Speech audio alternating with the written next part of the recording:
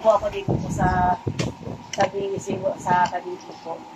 Kalipi kasi ang grupo namin. Bali po, sa buhay ko po, marami po ako natutunan po dito. Una-una po, di ba po, bilang isang tao, kung saan tayo dapat kalapit talaga. Tapos, bali po, kumbaga po, sa pang-araw-araw po natin, meron po tayo nagagawang hindi maganda sa buhay natin. Pero po dahil po sa pagbibiisi po natin, para pong may kumukurot sa atin na kung paano po natin to kung paano po tayo mag-a-adjust kung ano yung gagawin natin sa mga bagay na nangyayari sa buhay natin, mga dumadating na problema sa atin. Bali po, nagkakaroon po tayo ng mga sharing dito na yun nga po na at doon din po sa mga iba na nag-share, bali po nakakapulot po tayo ng aral na nagagamit po natin sa pang-araw-araw po nating pamumuhay. Bali po sa pagbibiisip po natin, sa lingguhan naman po namin pagbibiisip. Bali po, marami po talaga po kaming napupulot na aral sa iba, napupulot na experience sa iba, napupulot po na mga dapat naming posible namin pwedeng gawin just in case na nangyari sa amin yung mga bagay na nangyari sa mga buhay po namin lahat. Bali po, yun lang po. Thank you po. Panay bali mo, ha? Oh, kani Lord! Yun. Salag na. Kayong dalawa magkakumpoy. Ayun na. Salamat. Magandang sa akin po, sa umpisa kasi yung pagsali ko dito, parang hindi ko alam ito siya.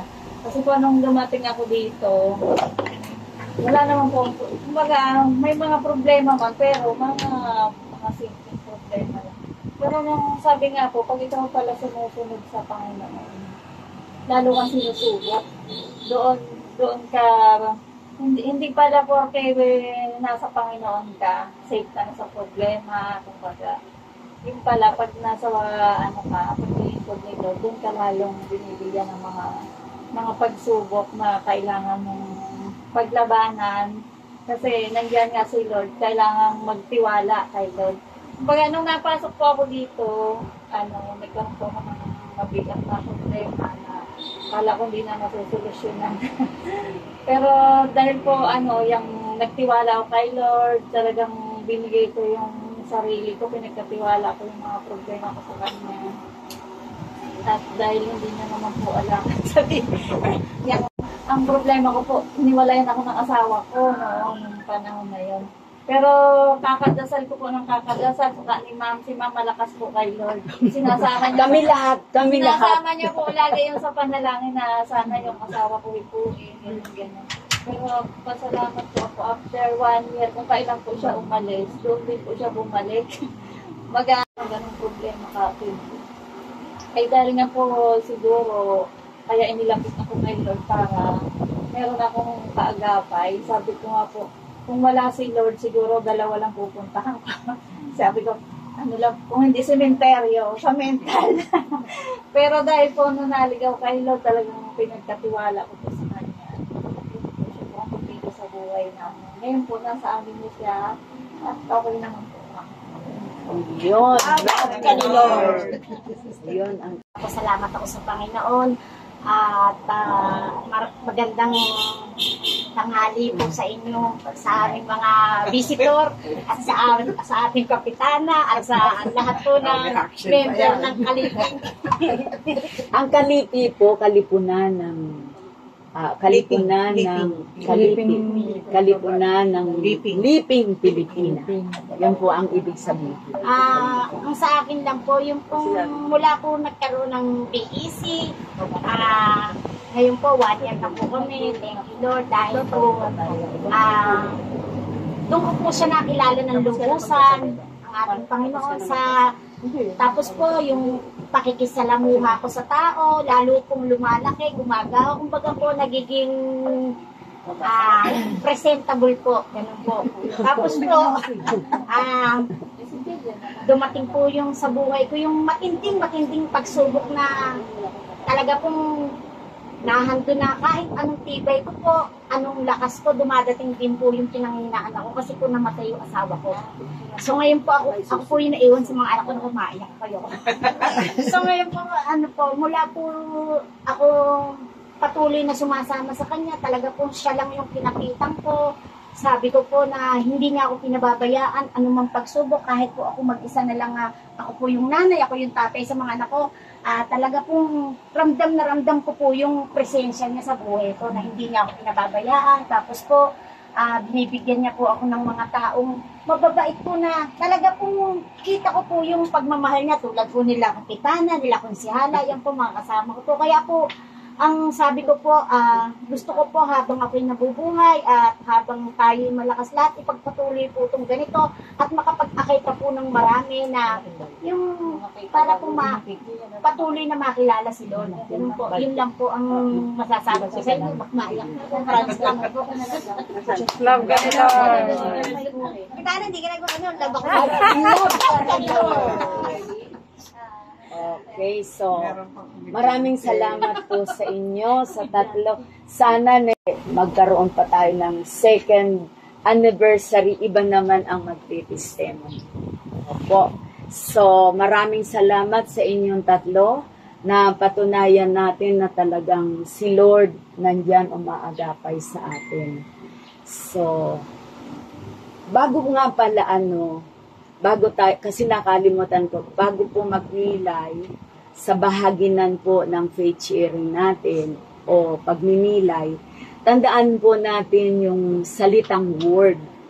Yung W, salitang nakaantig sa binasang gospel o sa napakinggan. Kahit ito gusto nyo verse o salita, pwede. Yung O po doon sa word, ano ba ang order ng Panginoon sa salita na napili mo? Ano ba ang gusto ni Lord? Ano ba ang dinidikta sa iyo ni Lord sa napili mong salita? And then, kaya ko po inuulit kasi may mga absent. So, yung R po, yung karanasan sa napili mong salita. Yun, yung reality. And then, doon po sa D, kaya word po, ano ang sinabi ni Lord na direksyon na dapat kong gawin?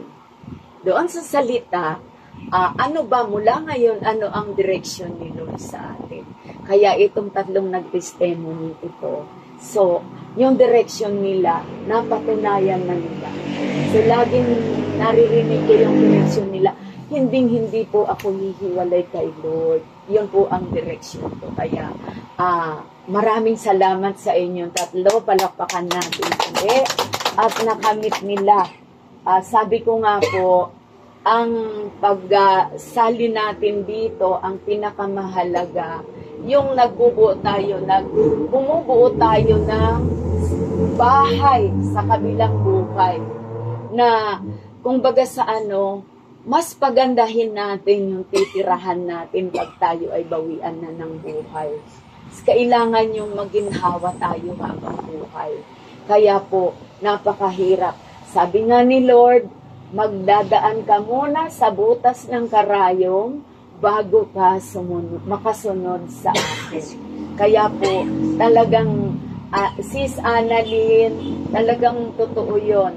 Habang malapit ka kay Lord, maraming pagsubok na dadaan sa atin. Tinetest tayo kung gaano ka ba katatag, makakapasok ka ba, makakadaan ka ba sa kaliit-liit na pintuan patungo sa akin. Yun po yun. So mga kapatid, awit muna tayo ng Come Holy Spirit bago ko po ipaliwanag yung tayo po tayo. Wala dyan, Tita Maris. Wala. Meron kailang, meron ka mo dito sa ko lang. Sige. So, akapela na lang tayo. Madalas akapela kami. Sis Melds, madalas akapela kami. Okay lang po. Kasi kung minsan nagluluko, diba, Tita Maris? Yung signal. Okay. Come, Holy Spirit, I need you. Come.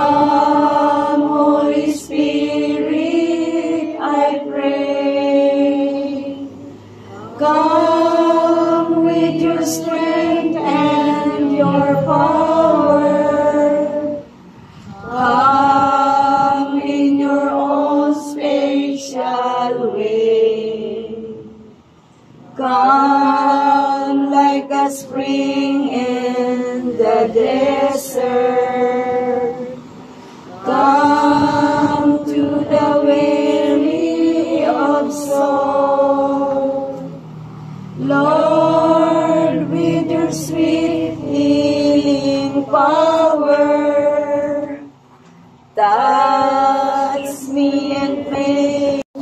San Juan 10, chapter 10, verse 27 to 30. Napaka-iksi lang. 27 to 30 lang.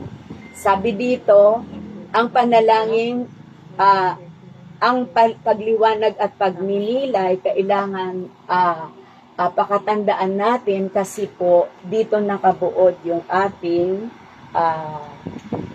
ebanghelyo. Kaya lang napakahaba. Kumuha lang po ako ng napakahalaga. So, sabi dito, ano nga ba ang katangian ng isang mabuting tupa, ng mabuting pastol na si Kristo? Yun po ang tinalakay ng isang linggo pa. Ano? Sa wikang Latin, ang katumbas ng salitang pakikinig ay oderi. Ibig sabihin yung sa tainga. Na ang tainga natin, kung pagdikitin, ito ay hugis puso. Na ang pakikinig natin ay kailangan Tita Maris, ang pakikinig po ay kailangan hindi lamang sa tenga kundi tagos sa ating puso.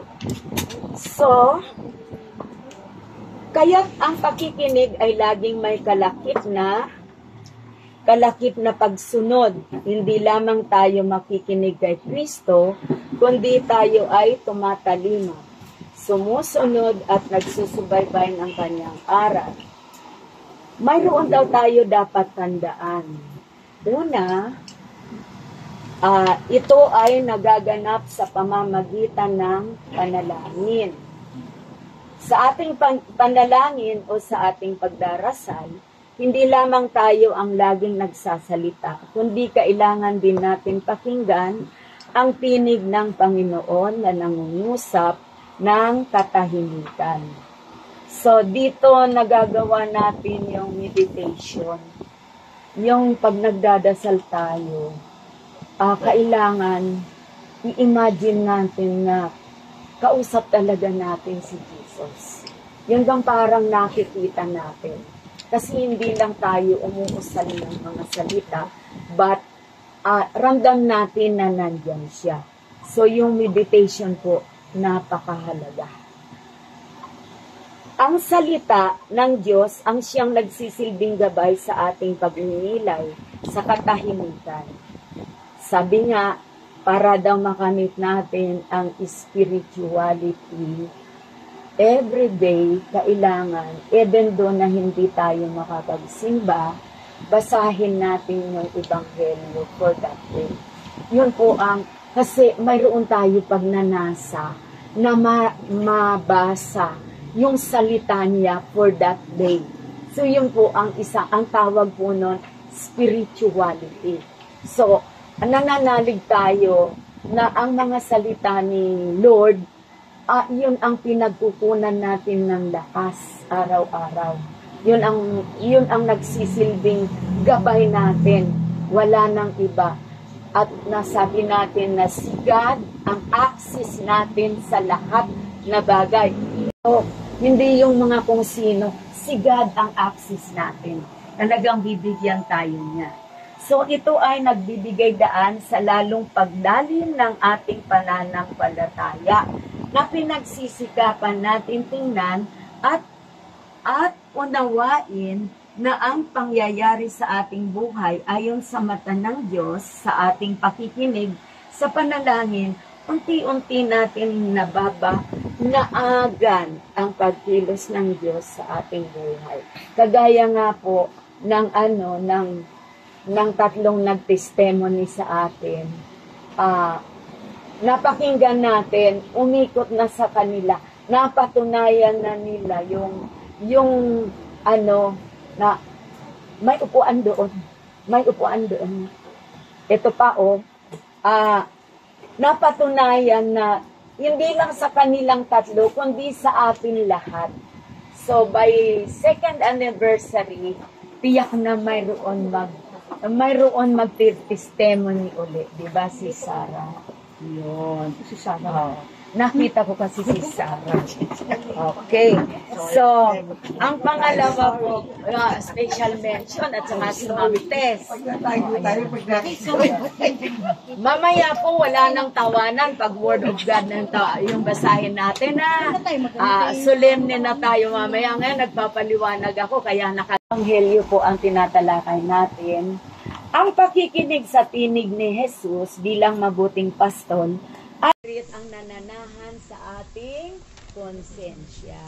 Okay, siya ay nangungusap sa atin na ang laging sinasabi ay gumawa ng mabuti at umiwas sa masama.